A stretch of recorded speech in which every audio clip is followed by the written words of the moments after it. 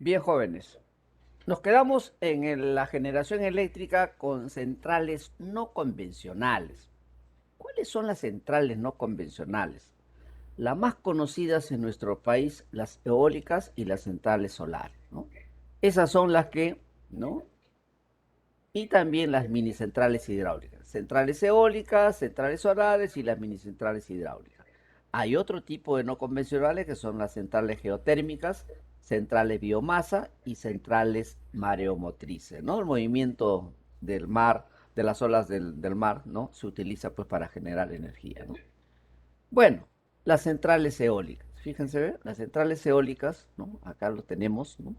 Entonces, los generadores eólicos transforman la energía cinética del viento en energía mecánica primero y luego en energía eléctrica posteriormente, ¿no?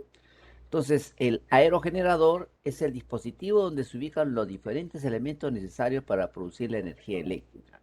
Entonces tenemos, por ejemplo, tenemos una turbina, tenemos los cables conductores, ¿no? Tenemos la carga y frenado, ¿no? Tenemos la toma de tierra, ¿no?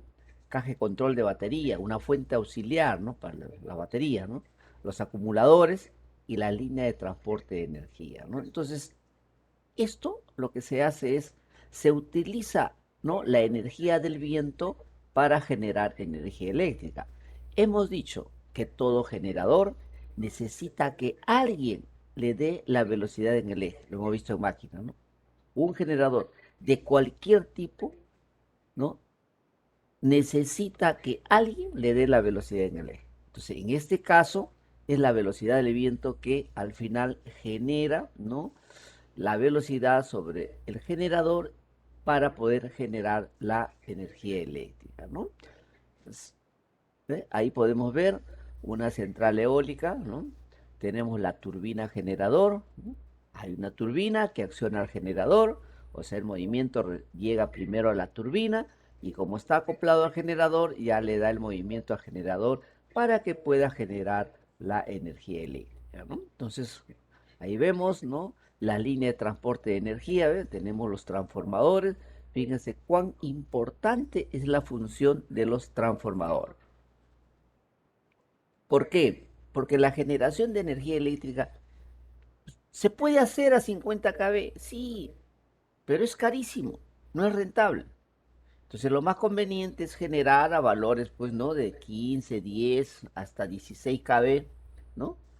Y luego esto elevar, ¿no? A los niveles que uno necesita, ¿no? De 60 kV, 220 kV, 500 kV, en fin, la tensión que necesitemos, ¿de acuerdo?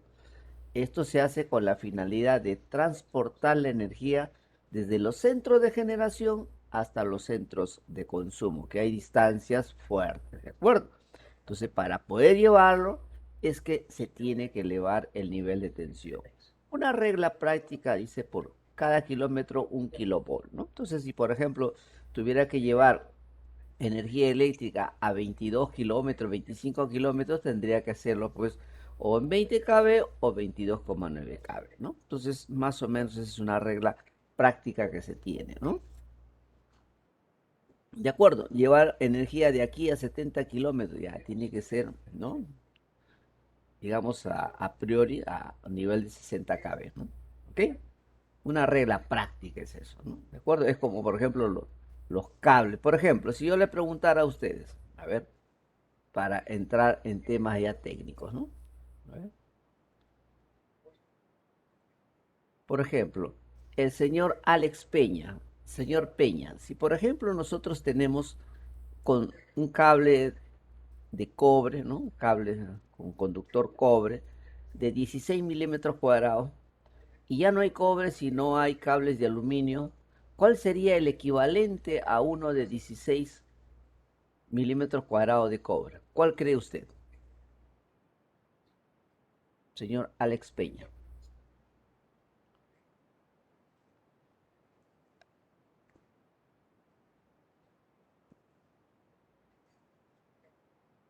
¿Ver?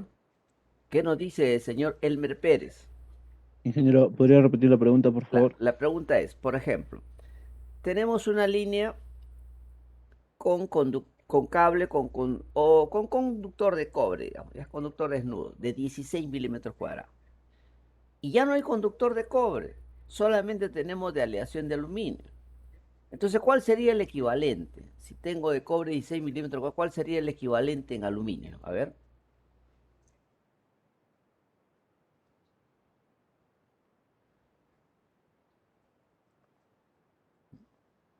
Cosas prácticas. Ocurre. Tenemos una línea de 16 milímetros cuadrados, es cuestión práctica que ha ocurrido, ¿no?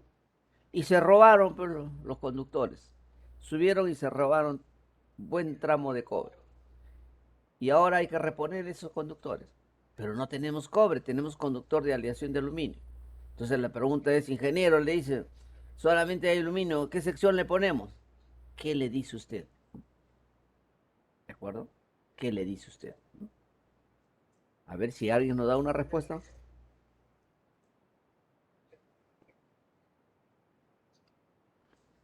Bien, y esto no se olvide. No se olviden, anótenlo. La relación es de 1 a 2. Entonces, si tengo cobre de 16 milímetros cuadrados, el equivalente en aluminio sería 32. Pero como no hay 32, usamos el 35, ¿no? ¿De acuerdo? Esa es la relación. Y ojo, la conexión entre ellos tiene que hacerse a través de un conector bimetálico. No pueden conectarse directamente cobre con aluminio porque se sulfatan. Se sulfatan. Entonces usted puede entrar mañana a internet, pone, ¿no?, conectores bimetálicos y tiene toda una gama, ¿no? Yo le doy, ¿no?, digamos, el principio básico y usted ve cómo es el conector y todo lo demás, ¿no? Conector bimetálico, ¿no? Entonces una entrada para cobre, una entrada para aluminio y recién se pueden conectar. Si no, solos directamente no, porque se corroen, ¿no? ¿De acuerdo? ¿Alguna pregunta? Ingeniero, la Bien. relación exactamente es de 1 a 2, porque acabo de visualizar que la conducción del aluminio es la del 60%, la del cobre. No, por eso, más o menos es de 1 a 2. O sea que si yo tengo cobre de 16 milímetros cuadrados, el que pondría en reemplazo de eso es aluminio en 35. Sería 32, pero como no hay 32, 35. ¿Te lo ve ahí? Y fíjese, ¿no?, la relación.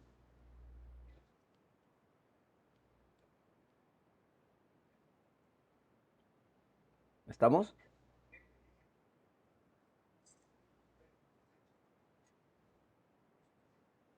Fíjense, para que ustedes lo Sí, está vean, bien, ingeniero. para que ustedes lo vean, ¿no? Fíjense.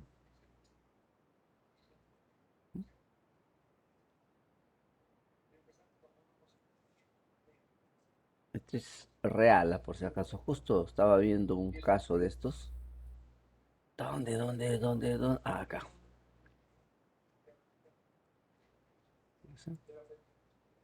Fíjense, señores, ¿no? Les comenté que estaba haciendo una maestría, ¿no? Entonces, esto es parte del trabajo, ¿no? Esto es una cosa real. Mire, ve, se está haciendo la reforma de las redes. Esto, rojo es lo que se ha cambiado. ¿M? Rojo es lo que se ha cambiado. Pero vamos a ver, fíjense aquí, ¿ah? Fíjense, ¿ah? Dice NYY 31 por 120. ¿Eso qué quiere decir? Que son tres conductores, cada uno de 120 milímetros cuadrados, o sea, separados. Son conductores, son cables unipolares con conductor de cobre, NYY. Y este acá, este rojo que se va a poner ahora, es 31 por 400 de Na2XI. El A quiere decir aleación de aluminio, ¿ve? Entonces se va a unir conductores, cable de cobre con cable de aleación de aluminio, ¿ve? Por supuesto acá se va a hacer un conector bimetálico, ¿no? No va a ser directo, eso se sobreentiende, ¿no? Pero fíjense, el aluminio es de 400 y este es de 120, ¿de acuerdo? Entonces, yo no podría poner un aluminio de 120, ni hablar, ¿no? Y acá pues el doble sería 240. Ah, está poniendo 400 mejor. ¿Por qué está poniendo 400? Porque es la salida de la subestación. Vete la subestación y es la salida. Ah, está bien, pues, ¿no? Estoy incrementando, ¿de acuerdo? ¿Ok? Nunca podríamos poner un conductor acá de 120 de aluminio, porque en la práctica es de menor sección, ¿no? ¿Se da cuenta? ¿Ve? Entonces se está cambiando, ¿ve? Todos eran de 120, ¿no?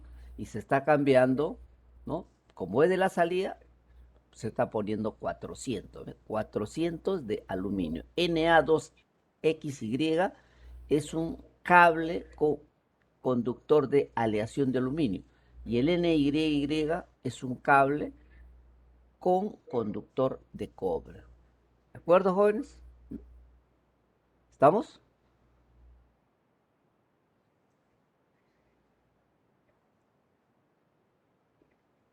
Es más o menos esa relación, pues, ¿no? ¿Ok? Esta es la salida de la subestación, ¿no? ¿De acuerdo? Bien. Entonces es un poco para que tengan en cuenta esto, ¿no? Bien, entonces aquí, Ingeniero, sí, disculpe, eso básicamente por lo que se generan los robos de cobre, ¿verdad? sí, es que también la norma obliga, ¿no? Por ejemplo, yo tenía un reclamo, no, mire, ve que eran de cobre y han puesto de aluminio, no puede ser, ese es más barato. Sí, pero la ley establece que pueden ser conductores de aleación de aluminio o cobre, ¿no? Entonces lo que sí es que tiene que tener, el usuario tiene que reclamar porque se le brinde un buen servicio, no porque el material, no, eso no puede reclamar él, ¿no? Pero nosotros como ingenieros le decimos, ¿no? Imagínense que tengamos un cable de, por ejemplo, de 70 milímetros cuadrados, ¿no? Y en el medio, digamos que tenga pues 80 metros, por decirlo. Y en el medio, más o menos se queman 5 metros de cable, se quema. Miren, era de 70 todo, se quema ¿no? Y ahí le pone uno de 120, ¿no? 120. Y dicen, mira, ve, estoy reforzando, he sacado de 70 y estoy poniendo una de 120. ¿Cómo va a ser reforzamiento? Porque para reforzar tiene que ser desde la salida de la subestación.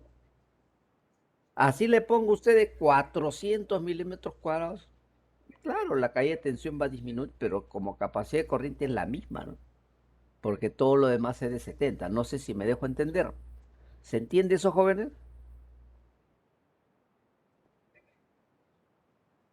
Con toda Sí, confianza, ingeniero. ¿no? Si no se entiende, me dicen, ¿no? A lo que quiero decirles esto. O sea, con toda confianza, jóvenes. Acá estamos para trabajar, no estamos aquí para sentirnos mal, ¿no? A lo que yo voy es eso. Tenemos, ¿no? Ahí esto era de 70 milímetros cuadrados, ¿no? 3,1 por 70, ¿no?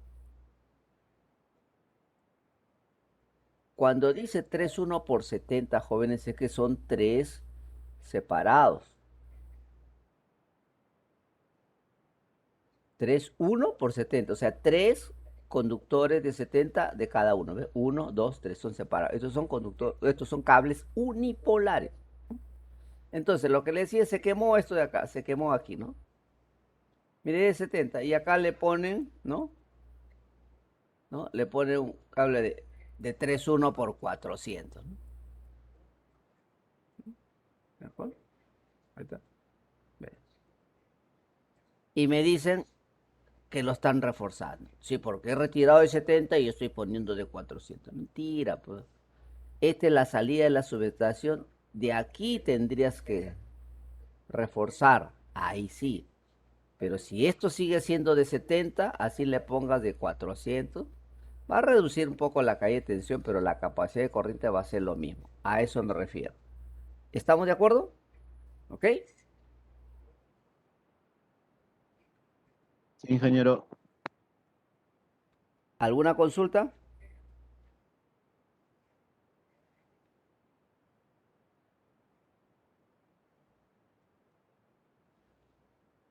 Bien. Entonces, eso es lo que nosotros analizamos, ¿no? Entonces, a veces concesionario dice, no, he hecho eso un momentito, eso no es reforzamiento. Sí, pero estoy poniendo conductor de mayor, sí, pues, pero acá en el medio, ¿no? Si lo pusiera desde la salida, ahí sí. Por eso es que en el esquema que les muestro, en el esquema que les muestro de acá, fíjense, ¿no? En el esquema que les muestro acá, fíjense, ¿ve? ¿Ve? De la salida, ¿ve? De la salida. Ah, acá sí está reforzando, porque este 120 Y mira, estás poniendo ecodas y estás reforzando. ¿Se da cuenta? Esto que ven ustedes acá, verde, como un rectangulito, eso quiere decir que ahí hay una cruzada. Esto está debajo de la pista, está cruzando la pista y todo cable que cruce la pista tiene que ir en cruzada, ¿no? ¿De acuerdo? Tiene que ir en cruzada. ¿Ok? Así es. Bien. Cualquier detalle lo conversamos, no hay ningún problema, nos podemos salir un poco del esquema de las clases, pero si hay consultas sobre distribución, lo hacemos, no hay ningún problema. Bien, entonces se genera pues a un nivel de tensión de 5 kV, 10 kV y se eleva luego, ¿no? Para poder transportarlo hasta los lugares de consumo.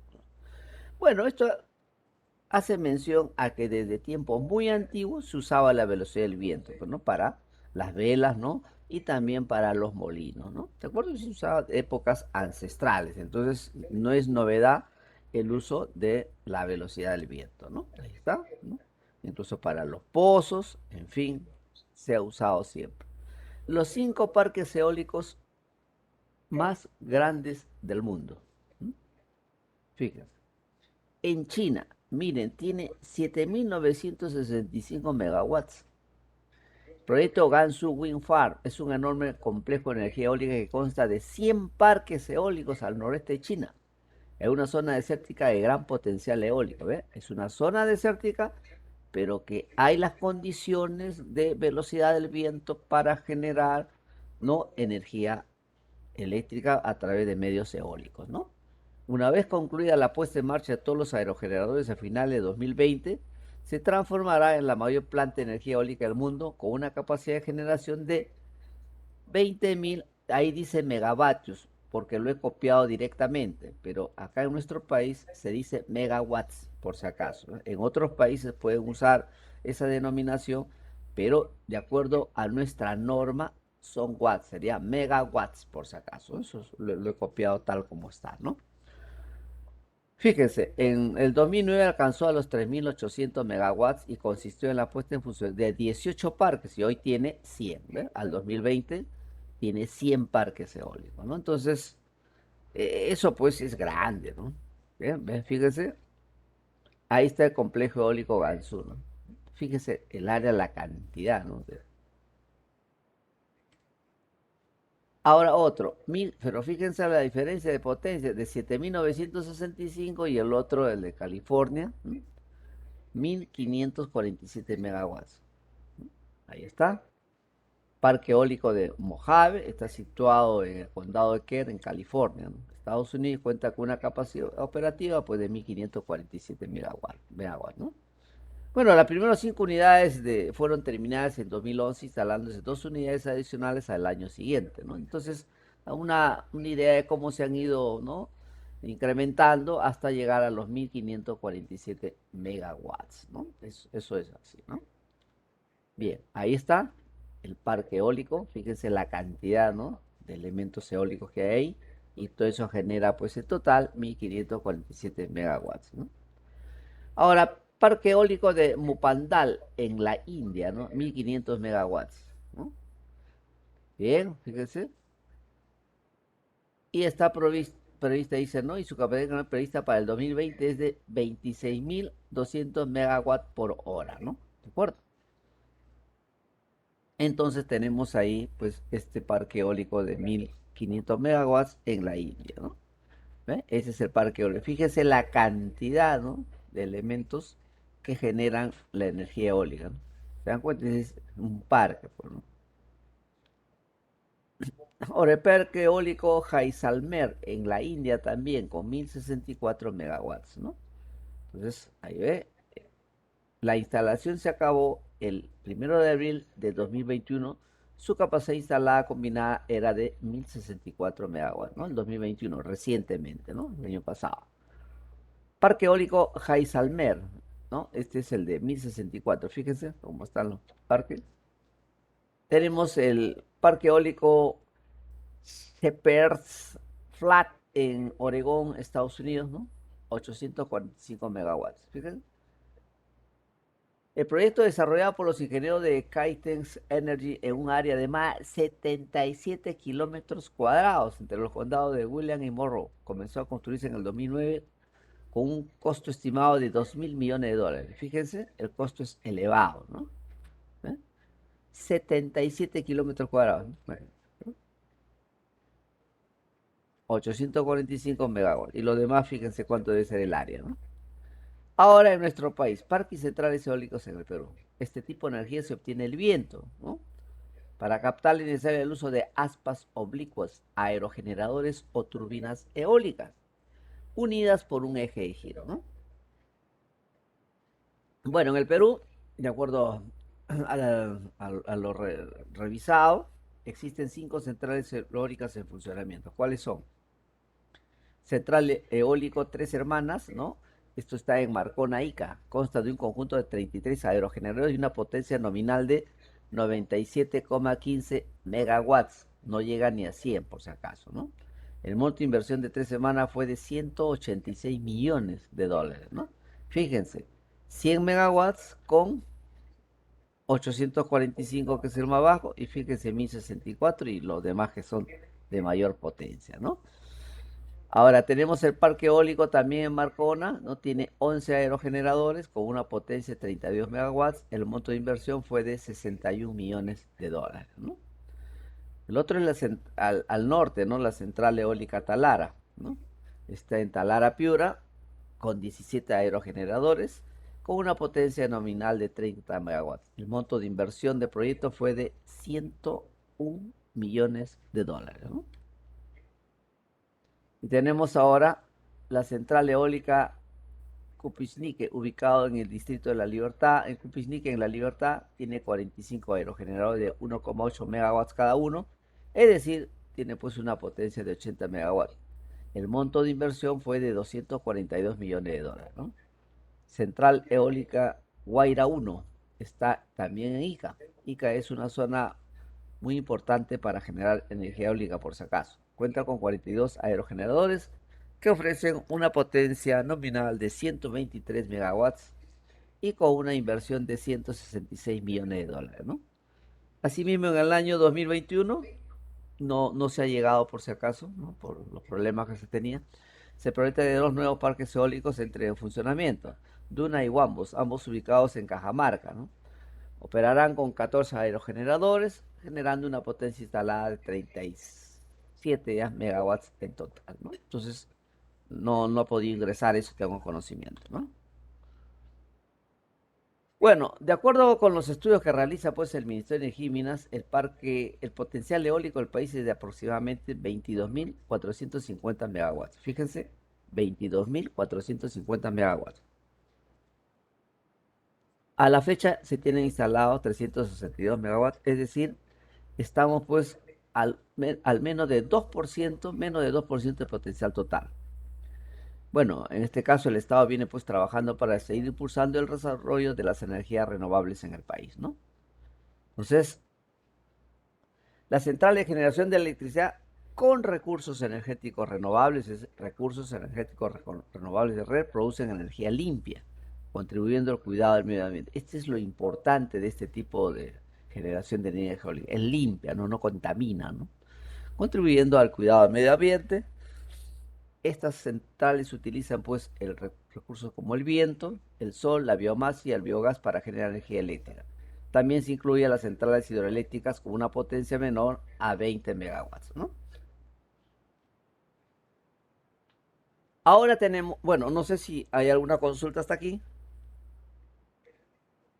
Podemos darnos cuenta que a diferencia pues de hace una década, nosotros pues ya tenemos a la generación de energía eólica, ¿no? Por si acaso. Y con el tiempo esto también ya va a inyectar al sistema, ¿no? Bueno, vemos las centrales solares. ¿Cuál es en el fondo esto, no? Es el uso de la energía solar para generar energía eólica. A ver, ¿quién me dice cómo es que se prende el alumbrado público más o menos a las 6 de la tarde? A ver, ¿quién me dice cómo se prende?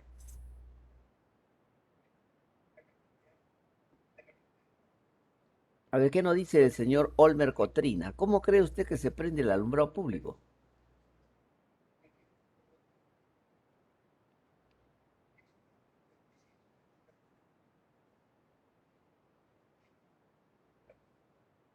El señor sensores de luz, nos dice el señor Marlon Tapia. Sensores de luz, ¿ya? Por ahí, por ahí. ¿Qué nos dice el señor Está Brandon automatizado, Oscubilca? ingeniero, Perdón, según la hora. O sea, está automatizado según la hora.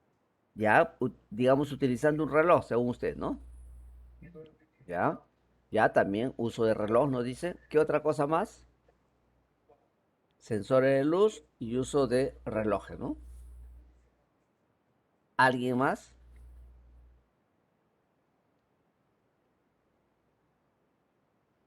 Y no se olviden, ¿no? Anótenlo, anótenlo. Esto se hace efectivamente, sensores de luz, está por ahí.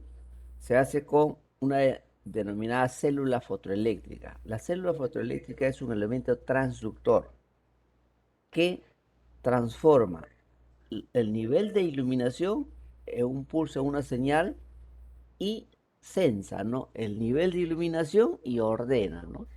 Prende o apaga al contactor, le envía una señal, ¿no? ¿De acuerdo? ¿Y a cuánto? Lo dice la norma. En 10 y 30 lux. O sea, cuando el nivel de iluminación baja a 10 lux, ordena prende. ¿Ah? Se prende. ¿Y cuando se apaga? Cuando ya va aclarando y llega a 30 lux, se debe apagar. Eso no lo digo yo, lo dice la norma. ¿No? Lo dice la norma. Entonces, ¿cuál es esa norma? Es la norma de alumbrado público. Vamos a ver acá, perdón. Está. Ahí está.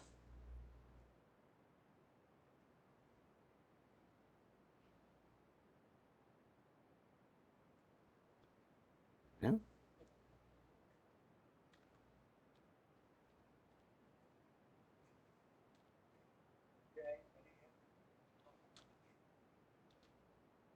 Ahí está, ¿ves?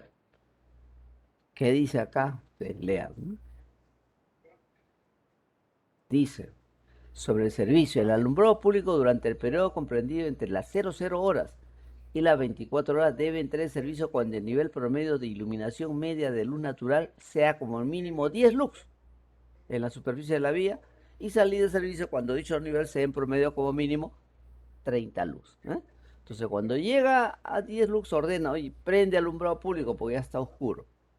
Y como va mejorando el nivel de iluminación, va aclarando el día, entonces llega a 30 luz, ya ordena, apaga. Eso es. Y fíjese lo que dice, el alumbrado público durante el periodo comprendido entre las 0 horas y las 24 horas. En ese promedio, si los niveles de iluminación están, tiene que actuar el alumbrado público. Imagínense que, por ejemplo, a la 1 de la tarde, ¿no? Estuviera oscuro en nuestro país. Estuviera oscuro, pues, ¿no? Entonces tendría que prender el alumbrado público. ¿M? A eso se refiere, entre las 00 horas y las 24 horas. No dice, sino por el nivel de iluminación. Por ejemplo, un usuario reclamaba, no puede ser posible.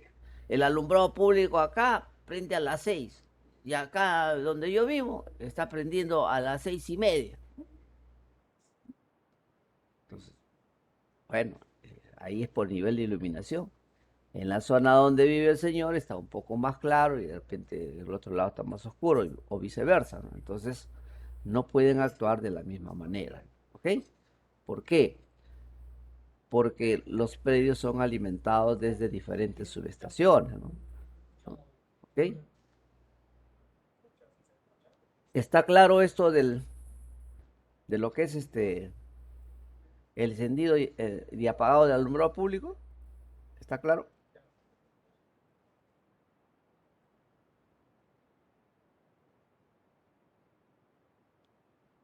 ¿No hay problema?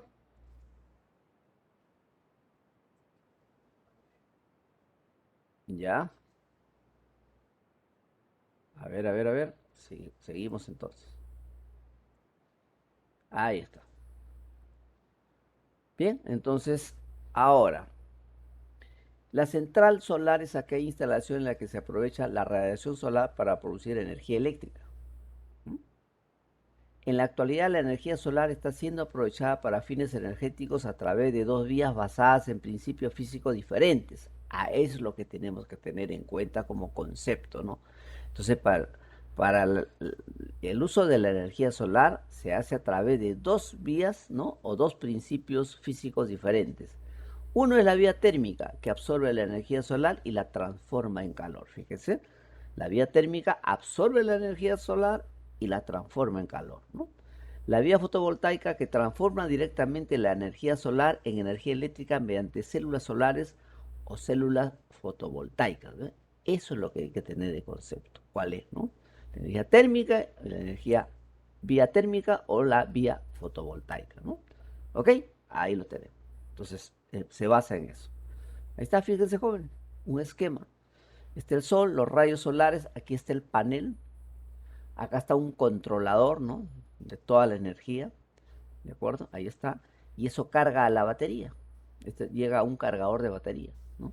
Toda la energía que se obtiene, con esa energía cargamos a la batería, ¿no? Al banco de acumuladores, ¿de acuerdo? Y de este banco de acumuladores, si tenemos cargas en corriente continua, directamente la usamos. Pero si tenemos cargas alternas, hacemos uso de un inversor y recién lo usamos. ¿Por qué? Porque de acá de la batería tenemos corriente continua. Y para alimentar esta carga alterna, digamos, ¿no? Lo que tenemos que hacer es, ¿no?, utilizar un inversor para convertir esta corriente continua en corriente alterna y alimentar nuestra carga, ¿no? ¿Ok? ¿Consultas?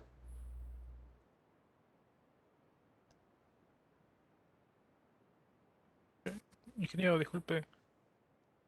Adelante, Y, señor. y, Adelante. de, y del módulo, no podría, o sea, del panel solar no podría pasar de frente al inversor.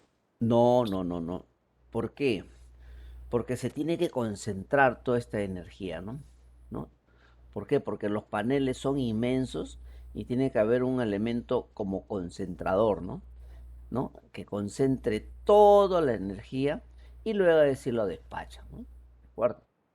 Porque si no, por ejemplo, tendríamos que de repente tal vez tener muchas líneas, ¿no? Acá hay una sola línea y todo se almacena aquí, ¿no? Y de aquí ya se carga la batería, ¿no? Entonces, ahora, ¿por qué también es este controlador, doctor? Porque aquí pues se tiene que tener a un cierto nivel de tensión, ¿no? ¿De acuerdo? Entonces acá todo esto es un elemento, ¿no?, que acá lo vemos simple, ¿no? Pero aquí hay pues tiristores y elementos, ¿no?, con estado sólido y todo lo demás electrónicos, pues que regulan, ¿no? Por ejemplo, fíjense, volviendo a lo que es energía eólica, ¿acaso la velocidad del viento es constante? ¿Se da cuenta? Bien la lógica. La velocidad del viento no es constante. Entonces, si fuera directo, tendríamos una lamparita que sube, baja su nivel de iluminación, sube y baja, ¿no? Dependiendo de la velocidad, ¿no? ¿Se da cuenta? Entonces tiene que haber un elemento que regule, ¿no? Entonces lo regula para que todo llegue con un mismo nivel de tensión, ¿no? Algo parecido es esto de acá, ¿no? Todo tiene que llegar y luego ya, ¿no?, se carga la batería. Ese es el mecanismo, ¿no? No sé si me dejo entender en eso. Ingeniero, De acuerdo, yo nunca he trabajado en una central, pero sí he llevado cursos muchísimos, ¿no?, de energía. Y bueno, eso es lo que dicen los especialistas, ¿no? Lo que les comento es lo que, cuando, después no, yo no le puedo decir, pues sí, el comportamiento de esto porque no he hecho este tipo de trabajos, ¿no? Entonces, zapatero a sus zapatos. Yo manejo lo que es distribución. En distribución, señor, si he hecho 300 obras es poco, ¿no? Si he hecho 400, 500 proyectos de electrificación, tal vez es poco, ¿no? He hecho muchísimos proyectos. Cantidad de proyectos he hecho, ¿no? Unos más grandes, otros más pequeños, pero cantidad de proyectos, ¿no? Entonces, y he ejecutado obras, ¿no? Entonces, proyectos, y ahí sí puedo discutir, mejor ahí puedo discutir sobre eso. Pero aquí, básicamente, todos los cursos teóricos que tengo, ¿no?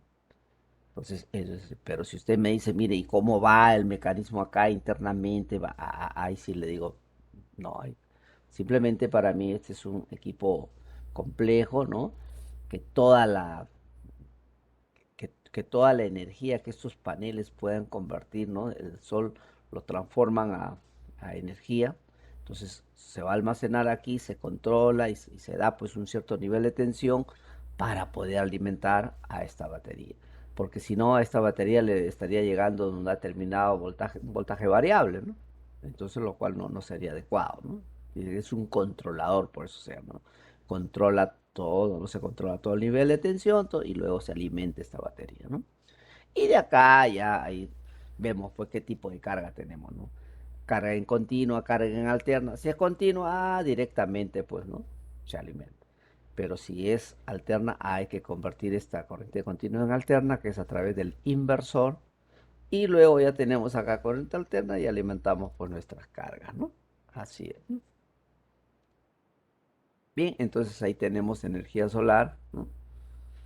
Forma de utilización: energía solar fotovoltaica, energía solar termoeléctrica, energía solar térmica, ¿no? Y ahí están cada uno de ellos, ¿no? Fíjense, con paneles, ¿no? En el techo de las casas, ¿no? ¿De acuerdo? Entonces ahí está, son paneles, ¿no? Fíjese otro, energía solar fotovoltaica, fíjese la magnitud, ¿no? El área, ¿no? Entonces aquí es la transformación directa de la energía solar en energía eléctrica, directamente. Eso es a través de la energía solar fotovoltaica, ¿no? Ahí está la célula fotovoltaica, ¿no? Esta es la termoeléctrica, ¿no? Aprovechamiento de la energía solar mediante sistemas de concentración que permiten altas temperaturas para producción de la electricidad.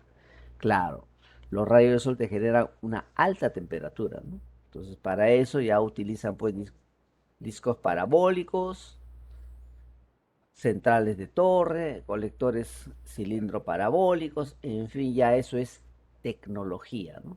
Aquí tenemos los cilindros parabólicos, son inmensos, ¿no? Y acá tenemos la tecnología solar termoeléctrica, fíjense, los tipos de colectores parabólicos, centrales en torre y los discos parabólicos, ¿no? Entonces ya son técnicas, ¿no? Y ustedes, si alguna vez pues se dedican al rubro de la energía solar, pues estudiarán en detalle cada uno de ellos y cuál es más conveniente. Por ejemplo, ¿no? Dependiendo pues de la zona, cuál será el más adecuado, ¿no? Es como cuando tienen una central hidroeléctrica. ¿Qué turbina van a usar? ¿Será Pelton?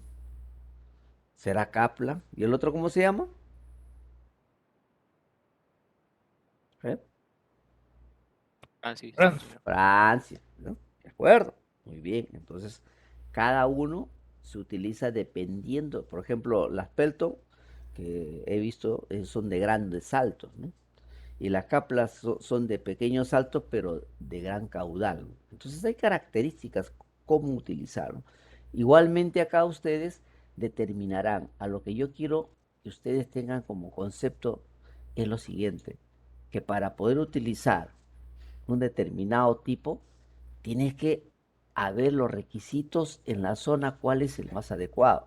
Y usted como ingeniero tiene que determinar cuál debe usar, ¿no? Por ejemplo, tenemos una industria, ¿no? En una industria lo contratan, usted es ingeniero, usted está contratado, usted es el jefe de mantenimiento acá. Y le dicen, ingeniero, ¿y compramos en media o en baja tensión la energía? ¿Ve? ¿Usted qué hace? ¿Se da cuenta? Usted tiene que elegir. Pero para elegir usted tiene que ver cuál le conviene, de punto de vista económico. Entonces usted elige adecuadamente. Ahora, ingeniero, ¿y en qué tipo de tarifa? ¿Ve? En baja tensión tenemos una serie de tarifas. En media tensión también tenemos 3 tipos de tarifas. ¿Cuál elegimos, ingeniero? Entonces, ¿qué tiene que hacer? Una selección adecuada. Para elegir su tipo de tarifa, usted tiene que ver cuál es el proceso de trabajo y de acuerdo a eso, cuál es la tarifa que se adapta mejor. ¿Se da cuenta? O sea, eso como ingeniero lo tiene que elegir. Usted tiene que hacer un análisis cuál es el más conveniente, ¿no? Es lo que se tiene que hacer. ¿De acuerdo? Ese es el concepto, al margen de energía eólica, solar, en general, ¿no? Usted tiene que optar por lo técnico económico al final, ¿no? Y que sea rentable, ¿no? ¿Cuál elige, no? Ah, ya en lo que es tarifa, acá. La BT4 de repente le conviene a usted. A otros de repente le conviene BT3, ¿no? Otros de repente por un tapón BT5B, no sé, o BT5A, ¿no? Habría que ver cuál es el que le conviene, ¿ve? Entonces tiene que hacer eso.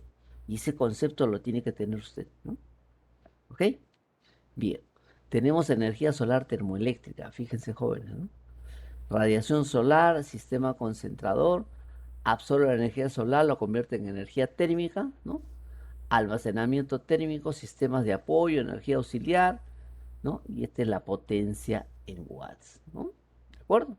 Ahí está. ¿Eh? Fíjense esas plataformas solares, ¿no? Son inmensos campos, ¿no? Fíjense, ¿no?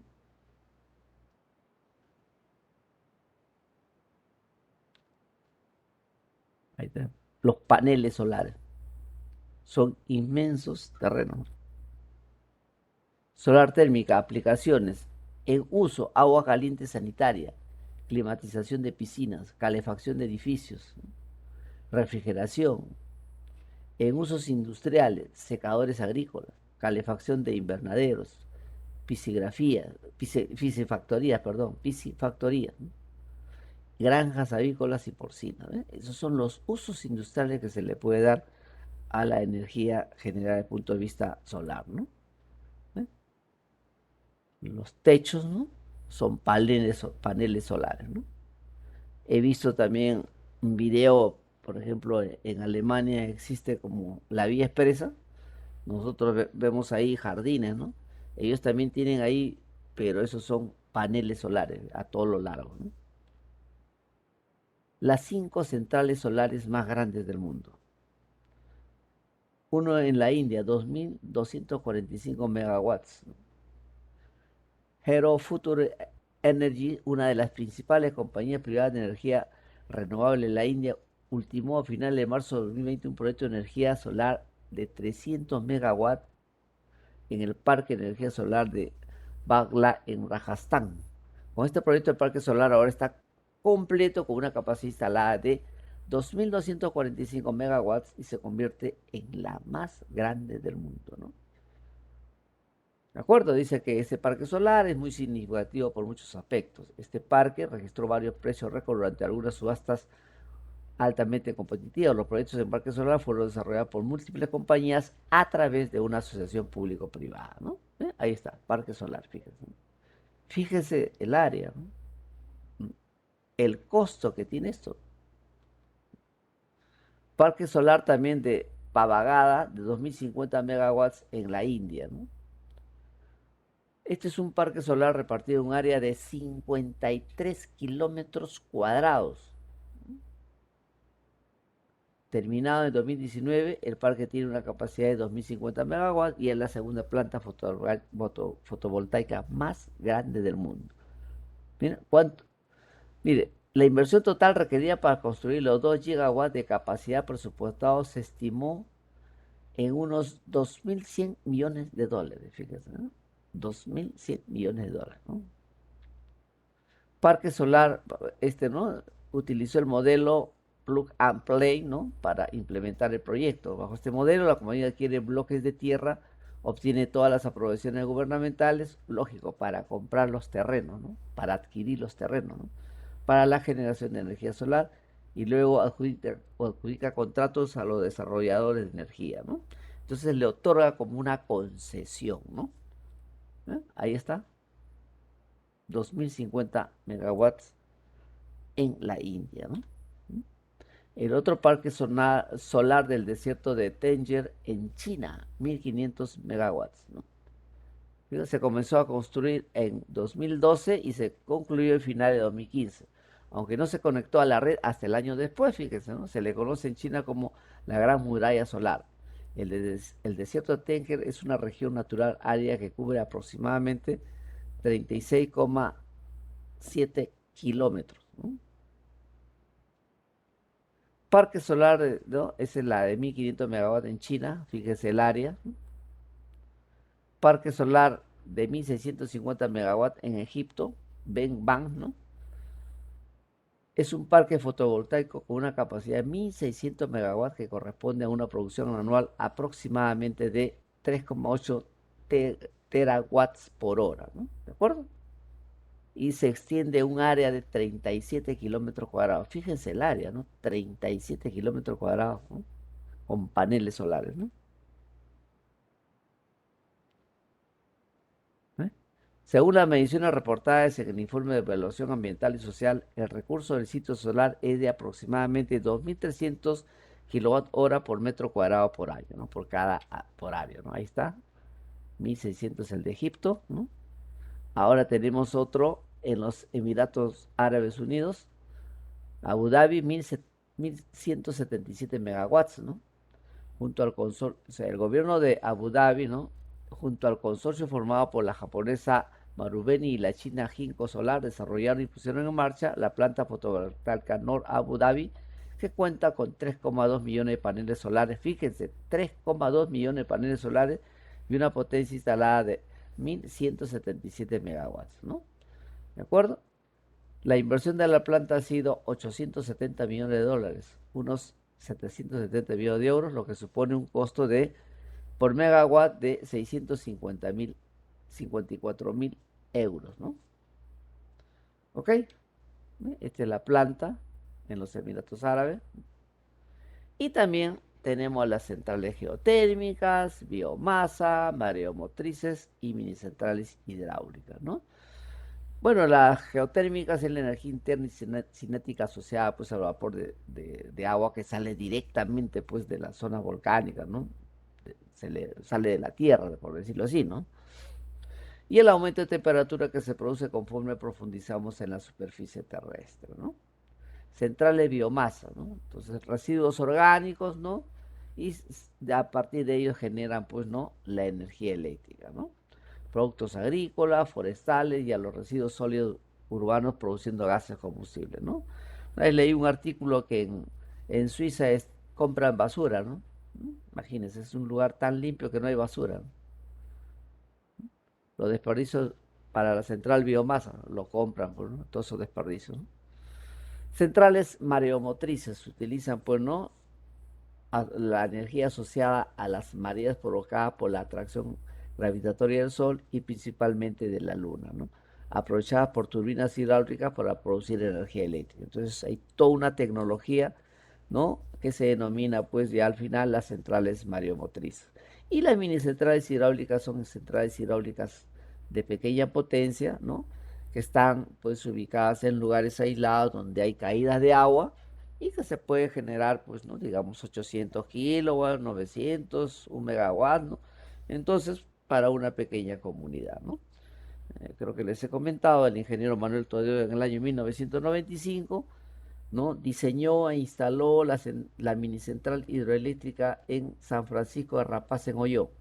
El quien habla fue invitado para hacer para proyectar, ¿no? La red de baja tensión y media tensión, para proyectar, porque después la ejecución estuvo a cargo de Manuel Toledo, ¿no? ¿Para qué voy a decirles que yo, yo me moría de frío ahí, así que me venía, él se quedó a vivir ahí como ingeniero residente, ¿no? Pero claro, el proyecto sí yo lo desarrollé, ¿no? El proyecto, ¿puede usted creer que lo hice en una noche? Me acuerdo que esa oportunidad, pues, él estaba muy preocupado porque había encargado el proyecto a un profesor XX y habían pasado como 7 meses y mm, no le daba el resultado. Y lo encontré, le pregunté cuál es su problema, esto. Me dijo, ¿sabes hacer? No te preocupes, mañana lo tienes, ¿no? Listo. Y se ejecutó la obra con ese proyecto, ¿no? Entonces, las mini centrales hidroeléctricas son centrales hidroeléctricas, pero de pequeña potencia, ¿no? ¿No? Que alimentan o que generan energía para alimentar, pues, a ese pequeño pueblito. Por ejemplo, en este caso, San Francisco de Rapaz en Ollón, ¿no? Bueno, esquema de la central geotérmica de Nesjavelier en Islandia, ¿no? Hemos visto que Islandia, pues, es el mayor productor o consumidor de energía per cápita en el mundo, ¿no? Entonces ya por eso que ellos tienen, pues, ¿no? Por ejemplo, esta central geotérmica, ¿no? Fíjense cómo del subsuelo sale todo este vapor que ellos lo utilizan, ¿no? Ahí está, ¿no? Entonces ahí sale el agua caliente y fíjese el vapor, ¿no? Acá hay una cámara magmática, ¿no? O sea que genera, pues, ¿no? El calor ese y hace hervir al agua y se evapora. El vapor es lo que sale, ¿no? ¿Eh? Por acá, ve, todos estos puntos, ¿no? Y esto acá es la central geotérmica de Netzhavelir, ¿no? En Islandia, ¿no? Fíjese cómo es del subsuelo, ¿no? Esquema de una central a biomasa, ¿no? Por ejemplo, uno, pozos de captación, dos, colector principal, tres, central de aspiración, cuatro, antorchas, cinco, motogeneradores. Ahí están los motogeneradores. Motor y generador. Subestación y línea, ahí está, ¿no? Y siete, dice, balsa de lixiviado, ¿no? Lixiviado, ¿no? Entonces acá son desperdicios y todos esos elementos, ¿no? Básicamente esto funciona pues por la descomposición de los elementos orgánicos, ¿no? Por eso es que muchos, por ejemplo, trabajadores pues de saneamiento fallecen, ¿no? ¿No? Aquellos señores que trabajan en saneamiento destapan los buzones si quieren entrar, llega un momento en que se ahogan porque el gas que está ahí, es un gas venenoso, ¿no? Entonces eso genera, pues, ¿no? Digamos, la descomposición de todos los desperdicios generan esos gases, ¿no? Y eso es lo que se utiliza en la biomasa, ¿no? Pero ahí en los buzones, ¿no? Entonces, todo ese gas, si alguien pues lo absorbe, definitivamente se muere, ¿no? Entonces, esquema de un pozo biogás, ¿no? Pro- Profundizan, ¿no? Profundizan, ¿no? Y esto sería pues un pozo biogás, ¿no? Ahí está. Esquema de una central mareomotriz, ¿ve? Acá está la turbina, ¿no? El agua viene y se va, ¿no? Viene y se va, ¿no? En ambos sentidos, ¿no? En ambos sentidos, ¿no? Ahí ve, fíjese. Viene, entonces tiene la posibilidad, ¿no? Por el pase el agua y regresa, y en ambos sentidos genera energía, ¿no? Es una tecnología, pues, importante que nosotros acá en Perú no la tenemos, ¿no? Son generadores especiales, ¿no? ¿Eh? Ese es mi correo, ¿no? No se vayan a olvidar. No sé si tienen alguna consulta. A ver,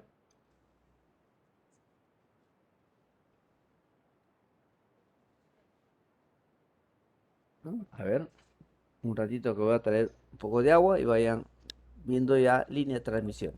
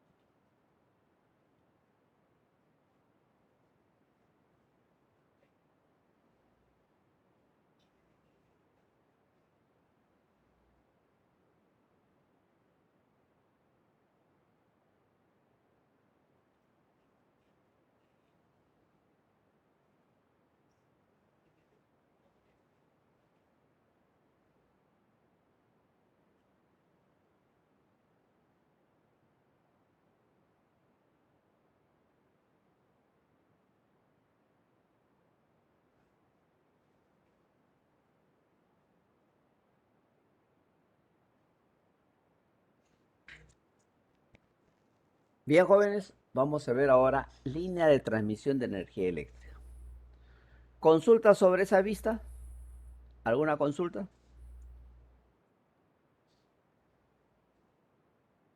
Ingeniero, buenas noches. Una Buenas pregunta. noches. Sí.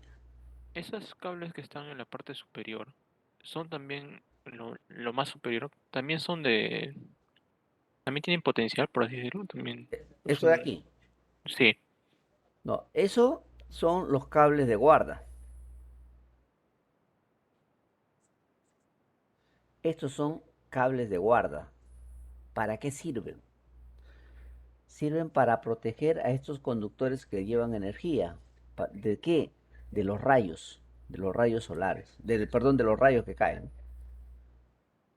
Vamos a ver, perdón. Ahí está, ¿ve? De los rayos que caen. Una descarga eléctrica por rayo, ¿eh? Ahí está, cae ahí. El cable de guarda lo capta y lo envía a tierra. Lo envía a tierra, ¿no? Entonces hay una conexión de puesta a tierra y lo descarga por ahí.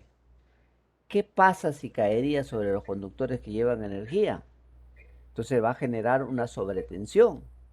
Y al generar una sobretensión, los elementos de protección van a abrir. ¿Se da cuenta? Entonces, para evitar eso, es que se tienen los cables de guarda en lugares donde existen caída de rayos. Caída de rayos. ¿No? Descargas atmosféricas, rayos. ¿No?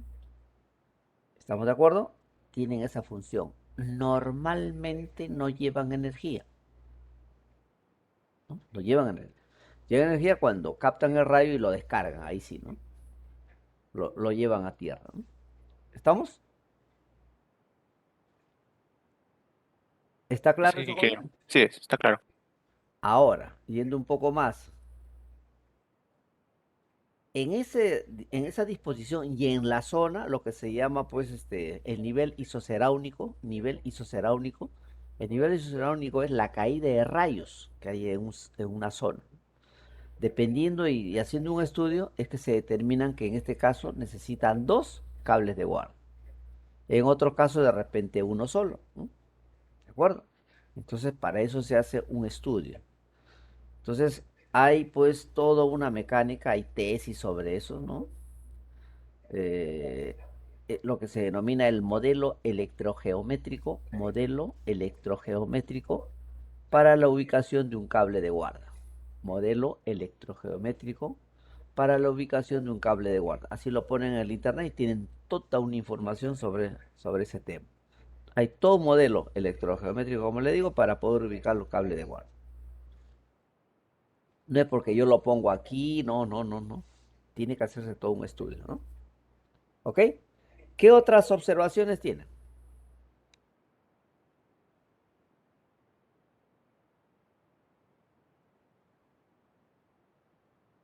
A ver,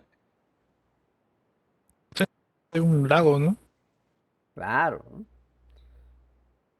Terreno pantanoso, digamos, y ahí está ya es un río ya eso. Entonces hay técnicas, señor, para poder ubicar, hacer la cimentación de las torres en esos lugares. ¿Ok? Ahí está. ¿Ya? Pero hay toda una tecnología, una técnica para hacer eso. ¿De acuerdo? En esas cimentaciones ahí al borde están las piedras. Se ponen piedras, piedras de canto de río, amontonadas ahí. Eso es para que el agua al golpear no destroce, ¿no? La piedra, ¿no? Lo deteriora, pero no a la cimentación, ¿no? Entonces, toda una técnica, ¿no? Pero se puede poner, ¿no? ¿Ok? ¿Qué otra cosa más, jóvenes?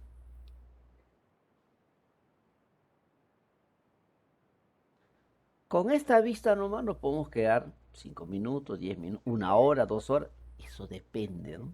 Usted, fíjense, ¿qué más ven ahí? ¿Mm? ¿Qué más ven? ¿Qué les parece acá? ¿Cuántos conductores ven acá?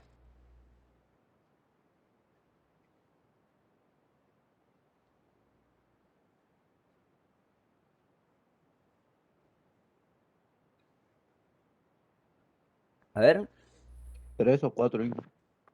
hay 4. ¿Ve? Esta es la fase R, la fase S y la fase T. Y fíjense acá, ¿ve? Una manchita, ¿ve? Esos son los separadores. Entonces, por fase van 4 conductores. y cada cierto tramo tienen separadores para que no se junten. Van los 4 paralelos. ¿Estamos de acuerdo? Eso es en líneas a partir de 500 kV hasta 750 kV. 500 a 750 kV son 4 conductores por fase. Y ustedes me dirán, pero ¿y por qué no pongo un solo conductor? Cuando hagamos la inductancia, vamos a calcular, ahí debería instalarse un conductor de 50 centímetros de diámetro. Y nadie en su sano juicio va a hacer un conductor de 50 centímetros de diámetro, ¿no? Esa torre se cae, ¿no? ¿De acuerdo? Entonces, por eso que van 4 conductores por fase, ¿no? Y nosotros tenemos acá en el Perú la línea 500 kV por si acaso, así que pueden ir, ¿no? Por vía María del Triunfo pasan una línea y lo ven, ahí están los 4 conductores por fase. ¿Alguna otra pregunta?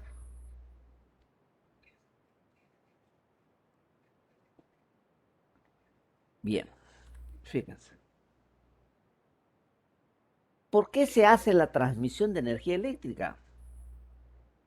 ¿No? Se realiza porque generalmente entre el punto de generación y el punto de consumo, centro de consumo, hay grandes distancias.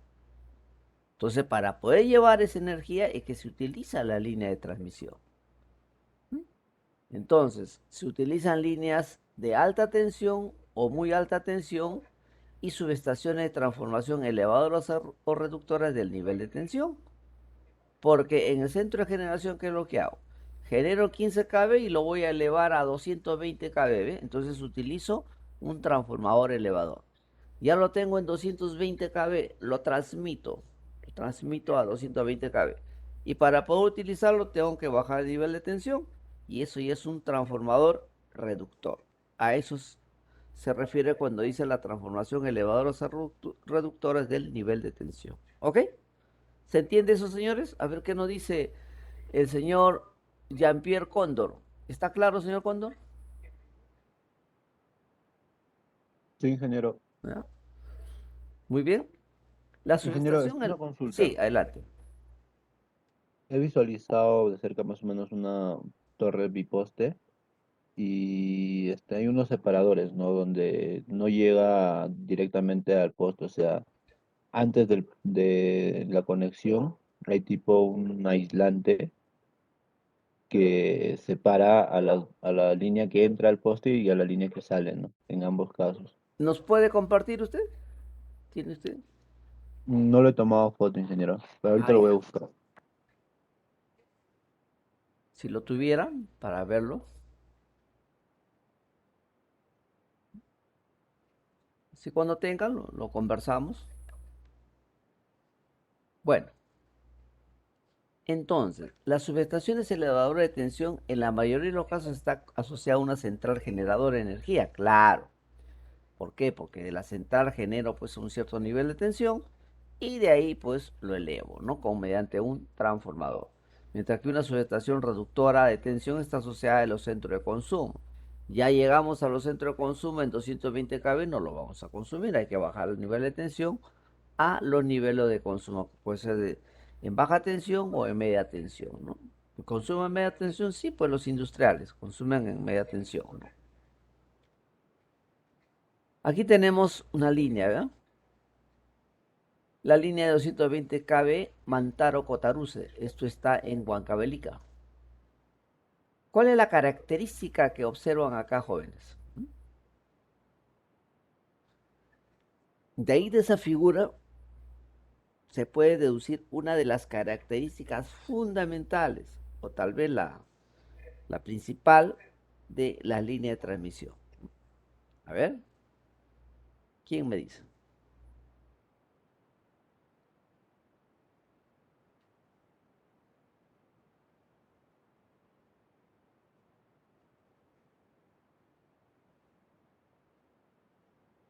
Fíjense. Teniendo en cuenta el tema de la caída de los rayos por las descargas atmosféricas, jóvenes, entonces, ¿qué ocurre?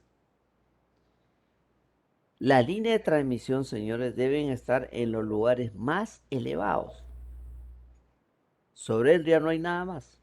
¿Por qué? Para poder captar a los rayos. El cable de guarda capta los rayos.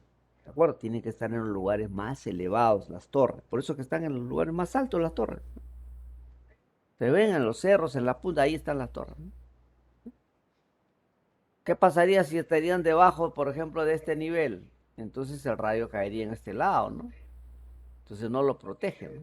A la línea, ¿no? Fíjese, ¿ve? Todas las torres están en los lugares más altos, la línea de transmisión. La de distribución sí están acá abajo, ¿no? Pero aquí no. Entonces este es lo más alto.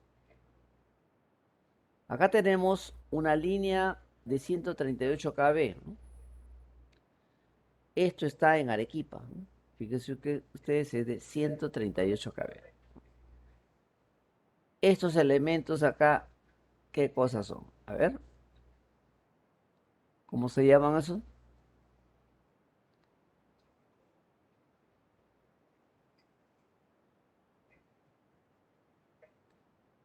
Esos son los amortiguadores y se diseñan. ¿Por qué no va acá o por qué no va acá? Eso se diseña, ahí es el lugar adecuado, ¿no? Viento, velocidad de viento y todo lo demás, ¿no? ¿Ok? Ahí lo tenemos, ¿no? Y estos se denominan aisladores y esto se denomina cuello muerto. Esto se denomina cuello muerto. ¿Por qué? Porque acá no hay ninguna tracción. ¿De acuerdo? Cuando quieran hacer empalmes, se hace a través de los cuellos muertos. Me explico. Por acá viene, por decirle, ¿no? 70, ¿no? Ya. Entonces ahí está la cola de 70. Y va a seguir 50, por decir. Ya. Viene 50 y acá está la cola de 50, ¿ves? Y acá se une, ¿ves? Entonces el empalme está en un lugar donde no está sujeto a tracción. Pero si hacemos un empalme acá en la línea, ¿ves? Esto está sujeto a tracción. Por eso no se debe hacer empalmes en el vano, sino se hacen en los cuellos muertos. ¿Ok? ¿Alguna pregunta? Ingeniero, eso es lo que había visto, ¿no? Ahora que le dices el cuello muerto. O sea, eso no está energizado, ingeniero. Sí está energizado, pero justamente es el punto donde yo puedo efectuar el cambio de sección. Acá no podría, no debería hacerlo, porque como está sujeto a tracción, si hago un empalme se podría romper y se cae, ¿no? En cambio, en este lado, fíjese, acá queda toda la tracción, acá la tracción, y aquí no hay nada. Conduce corriente, sí, pero acá no hay nada, ¿no? Entonces, hasta el empalme y el empalme no está sometido a tracción, ¿no? Eso siempre se hace cuando se va a hacer un cambio de sección. O también hay un cambio pues de dirección, ¿no? Como en este caso, ¿no? ¿Ven? Se va para un lado, ¿no? Aquí tenemos, ¿no?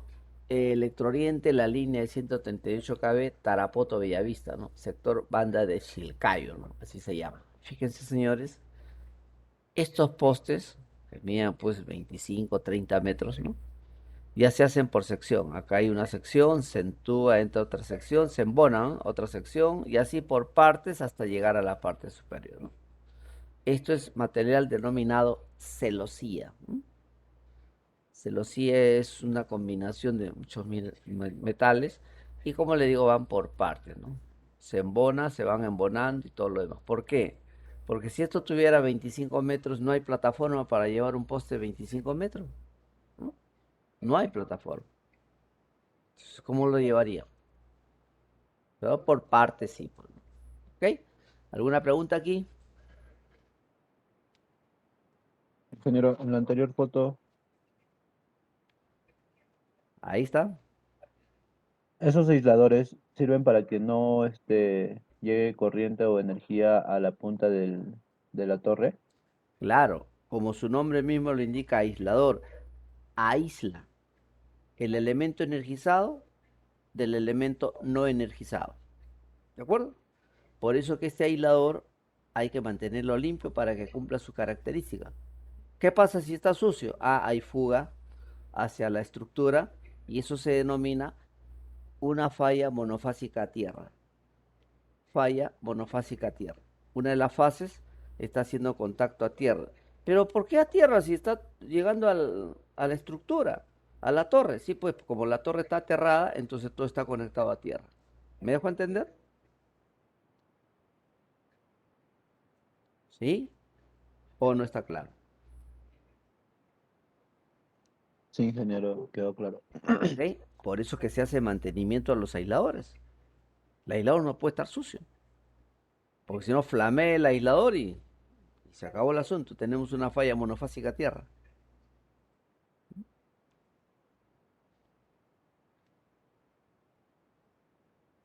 Ahí está. A ver, aquí también nos podemos pasar horas y horas hablando. A ver, pregunten viendo esa vista.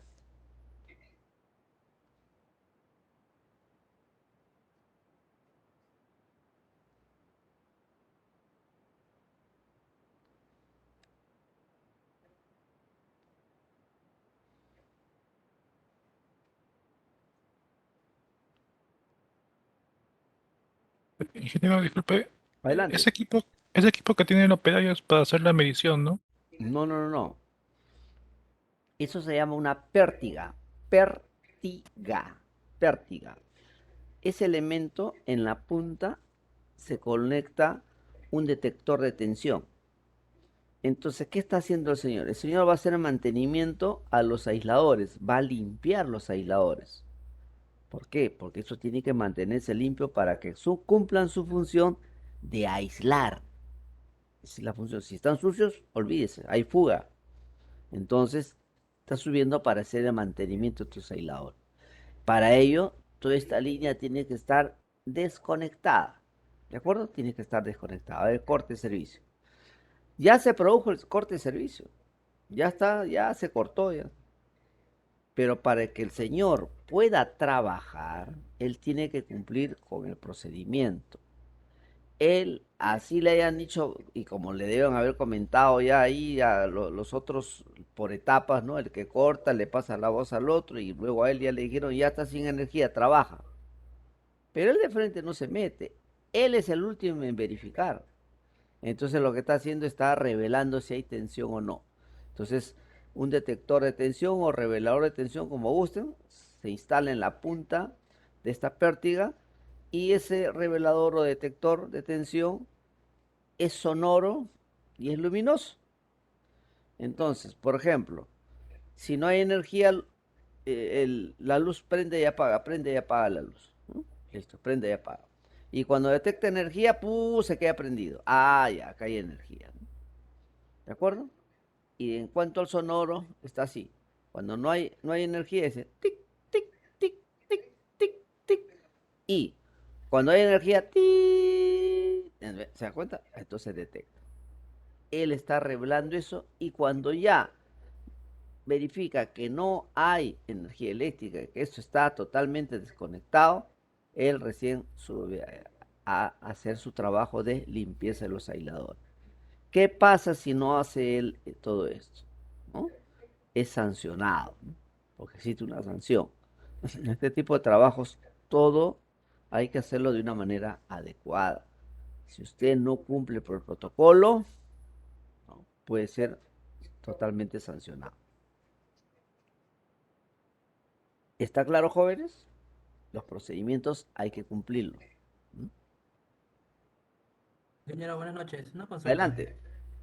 En este caso, ¿en qué viene a tallar los amortiguadores para hacer mantenimiento? Los, perdón, los amortiguadores. Ajá. No, aquí no veo. No, no, el caso anterior que había mostrado en A ver, este. aquí. Ajá, Ya. para hacer mantenimiento. ¿Cuál es la función de esto? Esto es para que esto no se mueva o tenga un movimiento menor eh, el conductor. Usted sabe que por la velocidad del viento este señor se va a mover, ¿no? Entonces estos amortiguadores un poco que amortiguan eso y el conductor va a tratar de estarse quieto, ¿no? Es la función del amortiguador, básicamente. Su diseño para ubicarlo ahí, todo se ha hecho un cálculo, ¿no? A otros de repente hay que ponerle este lado, ¿no? En fin, ¿no? Es la función de ese amortiguador, ¿no? ¿Ok? ¿Está claro o hay alguna duda? No, sí, ingeniero, estoy bien. ¿No? Solamente mi duda también era de cómo se realiza ese cálculo para diseñar Ah, bueno, eso. eso ya lo va a calcular usted, doctor, en el curso de línea de transmisión y ahí lo calcula, ¿no? Entonces, porque el cálculo es bastante sencillo ahí con las fórmulas, porque una línea de transmisión, mayormente el tema es un cálculo mecánico. El cálculo eléctrico es sumamente sencillo, pero el cálculo mecánico sí es complicado. ¿Por qué? Porque para ubicar las estructuras que van a soportar distintos esfuerzos, y esas torres no están al mismo nivel, uno está en una torre, el otro a otra, perdón, una torre está en un cerro, el otra torre está en otro cerro, y esos cerros no están a la misma altura, ¿no? Fíjese la diferencia, ¿no? De alturas y tiene que ahí haber esfuerzos y todo lo demás, ¿no? Entonces, eso, ¿no? Básicamente una línea de transmisión es cálculo mecánico, ¿no? Básicamente, porque el cálculo eléctrico es bastante sencillo, ¿no? Fíjese, ahí está todas las estructuras de alta tensión, ¿no? Fíjese cómo va, ¿eh? Lugares donde se, se pueda captar la caída del rayo, ¿no? A ver, esas pelotas que están ahí se han olvidado, han pateado y se ha quedado ahí. A ver, ¿qué ha pasado? A ver, ¿quién me dice algo?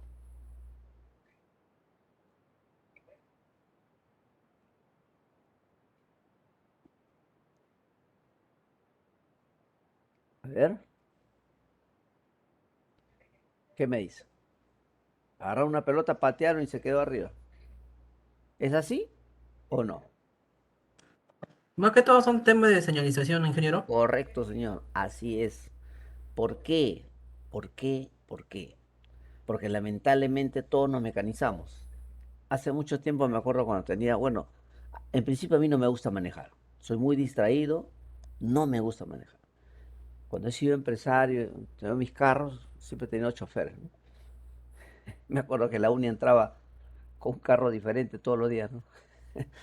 Tu camión, camioneta, bueno, pues el negocio, ¿no? Y por eso que tenía los vehículos, ¿no? Entonces, en esa época, un ratito, un ratito,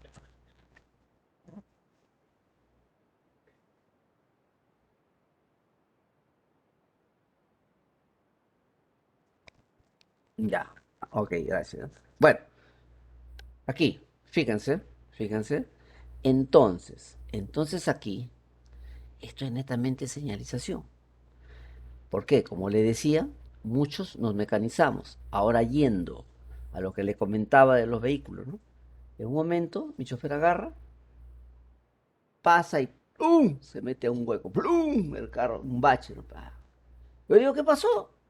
No me dice ingeniero, pero ayer no estaba este hueco. ¿Se da cuenta? Fíjese, ¿no? Pero ayer no estaba este hueco. O sea que él se ha mecanizado y pasa de frente, no ve. ¿No? Entonces nos mecanizamos. Entonces, por eso que entendí, cuando hice unas obras civiles, entendí por qué las carreteras tienen curvas. ¿No? Hoy le digo, pero ¿por qué no fue de frente? No, es que las carreteras no pueden ser así, porque si fueran rectas, el chofer se queda ahí y se queda dormido. Entonces tiene que haber curvas para que esté despierto. ¿Eh? Tiene cierta lógica, ¿no? ¿Eh? Entonces, es así. Entonces, por eso en los edificios modernos, ¿no? Las escaleras, ustedes fíjense, tiene como especie de brillos en el piso. Eso es para evitar el encandilamiento, que en criollo viene a ser, pues no, te has mecanizado y estás haciendo, oye, un poco para que despiertes, esas chispitas, ¿no? Para que te desencandiles, ¿no? Para que despiertas, ¿no? Entonces acá también, como esas torres son nuevas y en esta zona de fumigación hay avionetas que fumigan, entonces no vaya a ser que se lleven la línea, entonces ponen equipos de señalización. ¿De acuerdo? ¿Eh? Ahí está, doctores, fíjense, se está, ¿no? En proceso de instalación los 4 conductores por fase, ¿no? Pero está en proceso de instalación. De ahí ya se les instala pues los separadores, ¿no? ¿De acuerdo? Subestación de energía eléctrica. ¿Cuál es la función de la subestación de energía eléctrica, no? Por intermedio del elemento principal del transformador, ¿no? En la subestación lo que se hace es transformar el nivel de tensión, ¿no? Puedo elevar o puedo disminuir el nivel de tensión, ¿no? ¿De acuerdo? Puede entrar 15 kV y obtengo 220 kV.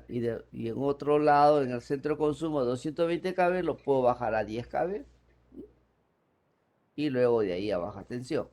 ¿De acuerdo? Es la principal función de la subestación de energía eléctrica, ¿no? Ahí está, ¿no? La subestación, ¿no? Moquegua de 138 a 10 kV.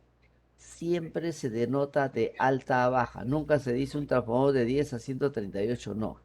De alta a baja, 138, 10 kV, ¿no? Por si acaso, ¿no? Esto está en Moquegua, es de Electrosur. Fíjense. Aquí tenemos en Puno, ¿no? Otro transformador, ¿no? La subestación en general, pero estamos viendo el transformador ahí, ¿no? De la subestación. Subestación Zorritos, fíjense ahí, dice 220, 60, 10 kV. ¿Qué significa eso, jóvenes? 220, 60, 10 kV, ahí hay un transformador. ¿Qué significa eso?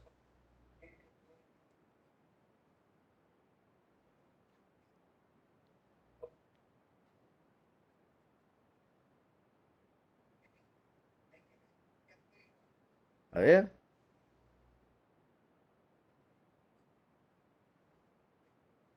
220, 60, 10 kV. ¿Qué nos dice? ¿Qué tipo de transformador es, señor Genaro Montoya?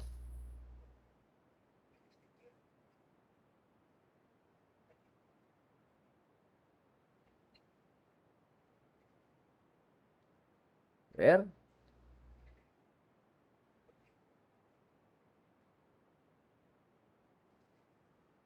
Este es un transformador de 3 devanados. 220, 60 kV primario, secundario y terciario. Transformador de 3 devanados. Está en Zorritos, Tumbes. Zorritos esas, Tumbes. Esta es una subestación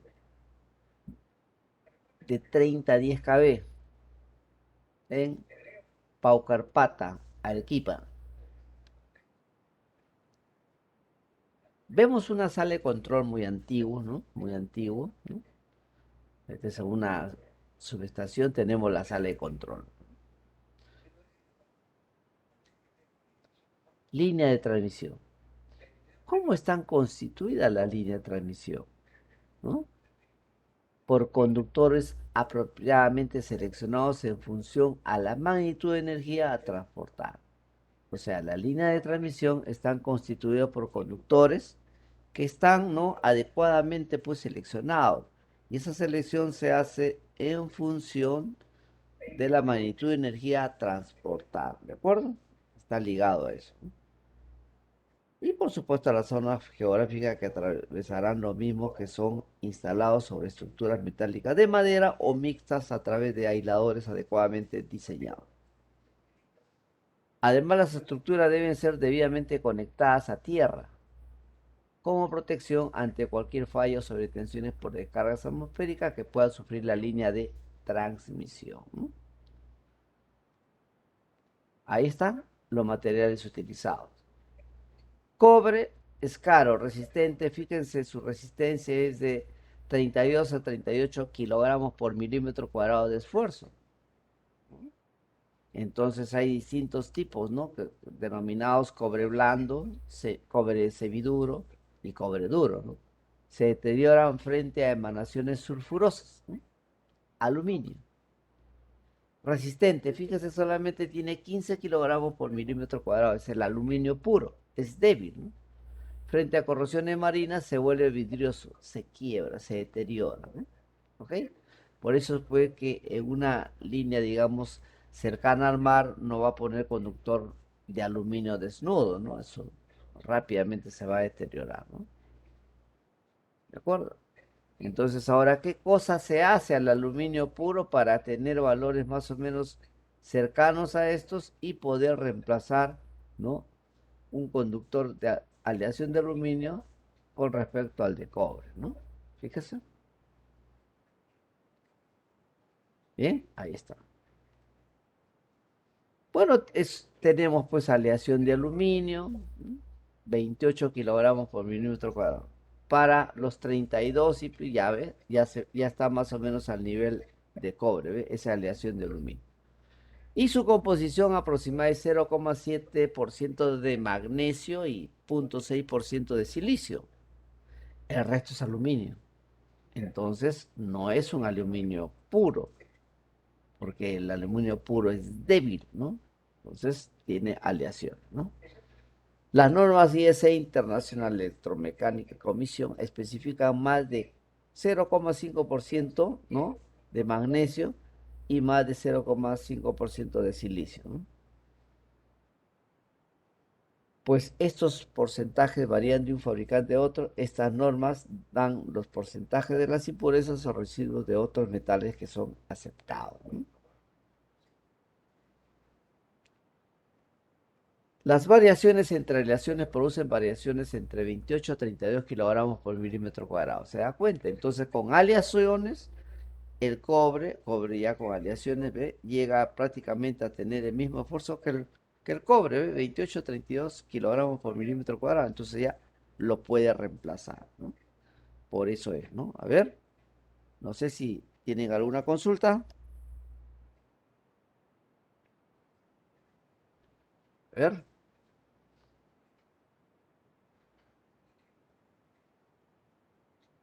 ¿Ve? Se correo en presencia de medios nitrosos.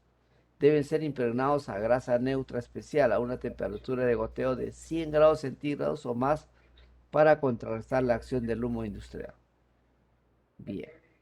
Entonces aquí, fíjense, las variaciones entre las aleaciones que se le hace pues al aluminio, ¿no? Al aluminio hay que agregarle algunas aleaciones, ¿no? Producen variaciones de 28 a 32 kilogramos por milímetro cuadrado. Es decir, como si fuera de cobre, ¿no? ¿De acuerdo? Como si, como si fuera de cobre, ¿no? De 32 a 38, ¿eh? Como si fuera de cobre, ¿no? ¿De acuerdo? Materiales utilizados en los conductores aéreos. Ahí tenemos trenzas de acero.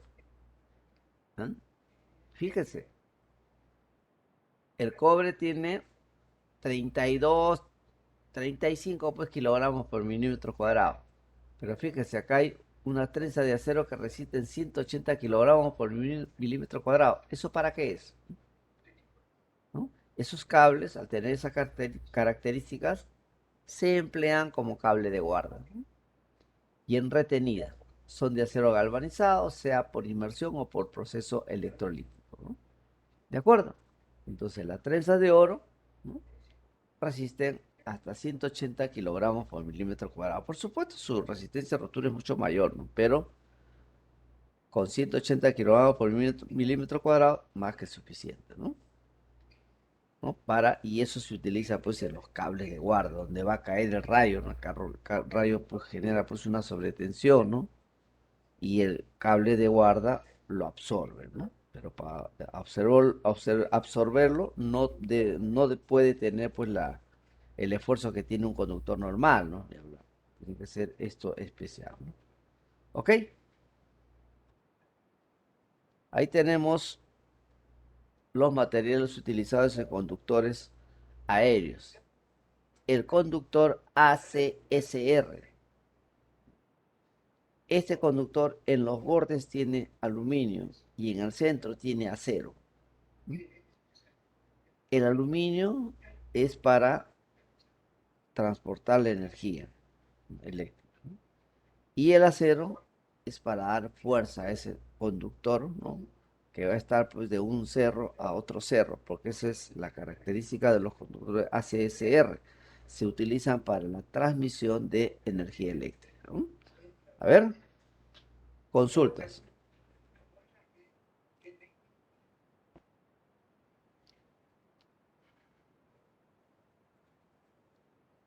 Vamos, rapidito.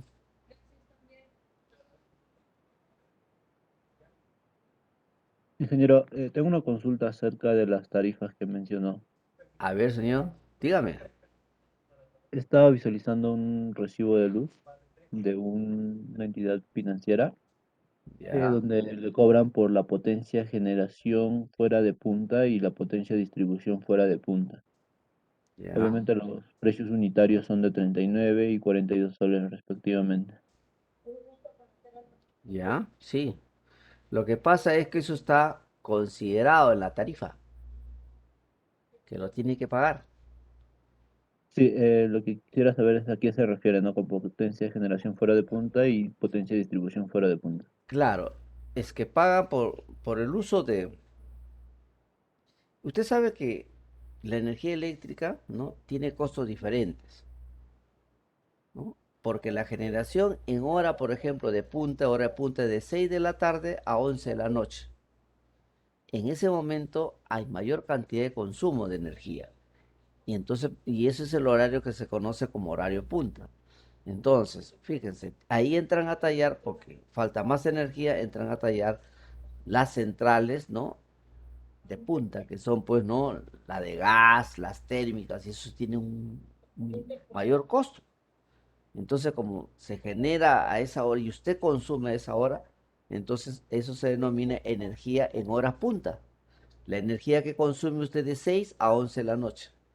Y la otra energía se llama energía fuera de punta. ¿De acuerdo? Entonces, ¿por qué se cobra más? Porque como le digo, para poder generar energía centrales cuyo costo es muy alto, ¿no? Las de gas, las térmicas, para poder cubrir. ¿Por qué? Por el, digamos, de manera hidráulica, con las centrales hidráulicas ya no se puede atender eso, ¿no? Porque eso es para cubrir la base y las puntas, allá pues son las centrales, como le digo, de gas, térmicas, en fin, ¿no? Eso es, ¿no? Esa es la diferencia. Por eso se paga, ¿no? Porque estás usando la energía en horario punta o en horario fuera de punta. Los costos son diferentes. ¿Se entiende eso, joven? Sí, ingeniero, ya se aclara mejor. Ya, eso es importante tener en cuenta cuánto es la hora de punta. La hora de punta es de 6 de la tarde a 11 de la noche, ¿no? Por eso que muchas empresas, ¿no? Muchas empresas a esa hora cortan el suministro de energía eléctrica del concesionario, se desconectan y ponen sus grupos electrógenos, ¿no? Y eso les sale más barato, ¿no? ¿De acuerdo? ¿Usted cree que el estadio de la U, por ejemplo, se presenta un gran concierto, ¿no? ¿Usted cree que ellos van a comprar la energía del concesionario? Imagínese que venga, pues, uno de vengan los Rolling Stones, ya, listo. Y tienen sus equipos y de sonido, ¿no? De iluminación y todo lo demás.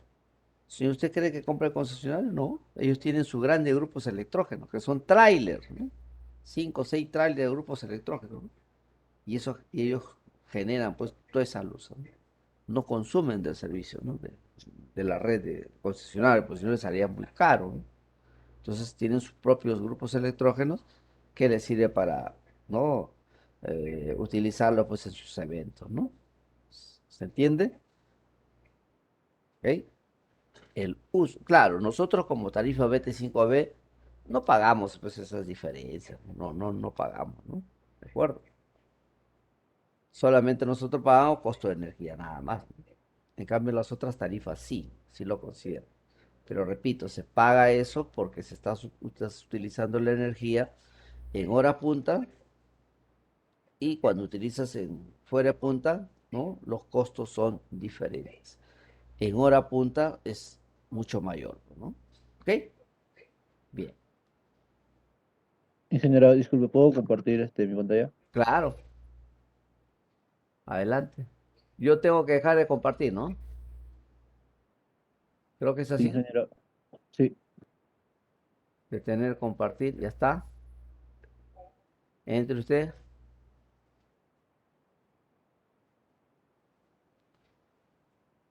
Ahí está. ¿Ve? Usted paga, ¿ve? Potencia de generación fuera de punta, ¿ve? 39. Potencia,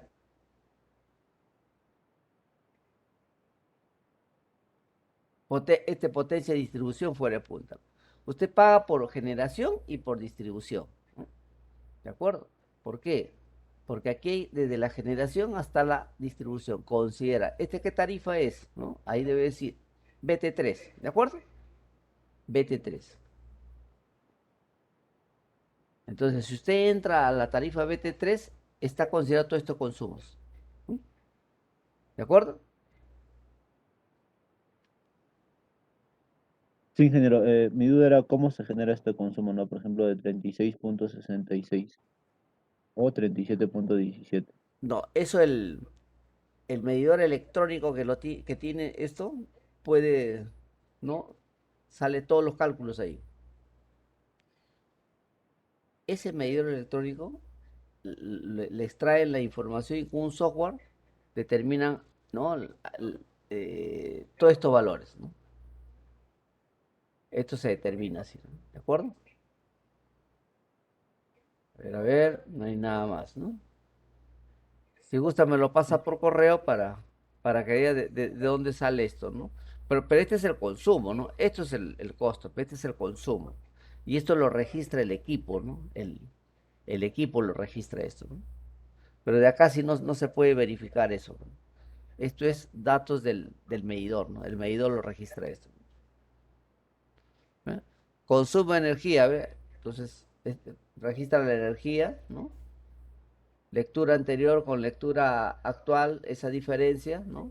Del actual menos la anterior, le sale un valor y el consumo es este, ¿no?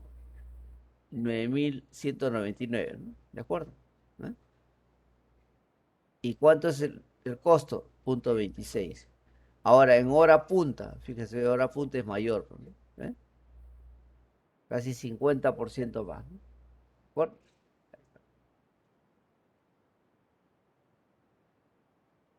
Está bien, ingeniero, gracias por la aclaración. Y esto, ¿ve usted la tarifa B3? ¿Ya? ¿Correcto? Deje compartir para yo compartirle. A ver.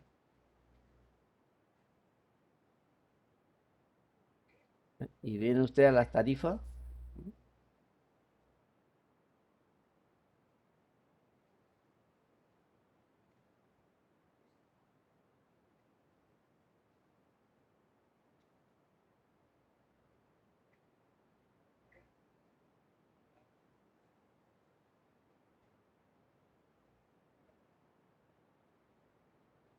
Vamos a ver la tarifa BT3, ¿no?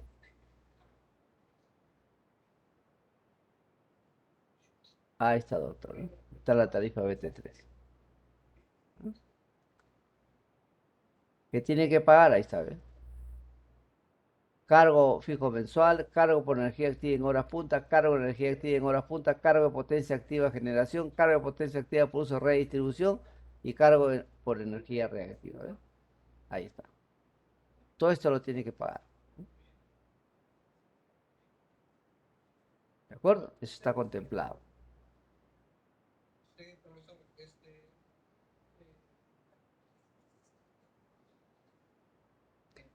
Y acá está todos esos cálculos, ¿no? Y si usted desarrolla acá, lea si es que no tuviese, digamos, algún dato, ¿no? Me avisa para el especialista consultarle, ¿no? Ahí está.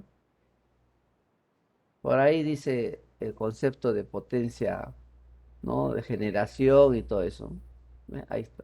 Horas punta, fuera punta, de 6 de la tarde hasta las 11 de la noche, ¿no?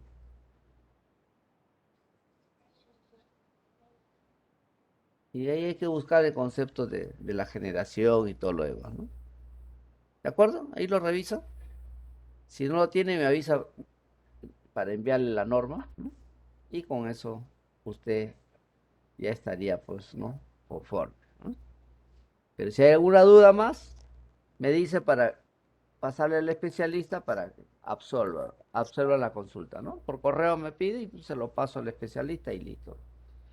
Yo hace años, hace más o menos ya 17 años que no veo tema de tarifa, ¿no? Pero sí sé lo que es, ¿no? Pero la evaluación es eso. Si desean, ¿no? Al especialista le consultamos, ¿no? Ok, entonces aquí tenemos, ¿no? El conductor ACSR, ¿no? Fíjense, el acero es para, ¿no? Darle consistencia, resistencia al conductor. El aluminio es para conducir la corriente. ¿Por qué? Porque cuando tenemos un conductor, la energía se transmite por el borde. Y por eso que en el centro no, el centro va el acero. El acero no es para conducir la corriente, sino para darle la resistencia al conductor, ¿no? ¿Eh? Entonces, por ejemplo, tenemos otro similar al ACR, la CAR, ¿no? Pero el alma de acero se reemplaza por aleación de aluminio. Otro Copperwell, ¿no? Son aleaciones, ¿no? Con cristales de cobre y Alumowell con cristales de aluminio, ¿no? Formación de conductores. El cable conductor está formado por hilos concéntricos y esta es la relación, ¿no? ¿De acuerdo? De 7 hilos, de 19 hilos, 37 hilos, ¿no? 61 hilos, 91 hilos, en fin, ¿no? ¿De acuerdo? Fíjense aquí, ¿no? 1 más 6, 7, 7 más 12, 19, 19 más 18, 37, 37 más 24, 61. Fíjense esa relación, ¿no? El número de hilos, ¿no? Y bueno, esto sería la selección de conductores, ¿no? Entonces, para seleccionar un conductor, tiene que ver usted, señor, dónde está, dónde se va a ubicar ese conductor. No es lo mismo instalar conductores en Los Olivos que en la ciudad de Chimbote, ¿no? No es lo mismo. ¿Por qué? Chimbote es una zona bastante contaminada y Los Olivos no tanto, ¿no? ¿Ok?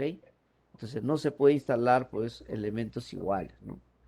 Por ejemplo, en Los Olivos puedo instalar aleaciones de aluminio, sí, pero en la zona de Chimbote pues no puedo, ¿no? Ni hablar, ¿no? Todo tiene que ser de cobre y si es protegido mucho mejor, ¿no? ¿De acuerdo? Eso es un poco, ¿no? Cómo es que se selecciona, entre otros, los conductores para la línea de transmisión. Por supuesto que después en base a la sección, en base a cálculos y todo lo demás, ¿no? Eso sí, ¿no? ¿Ok? Bien. ¿Alguna consulta, jóvenes?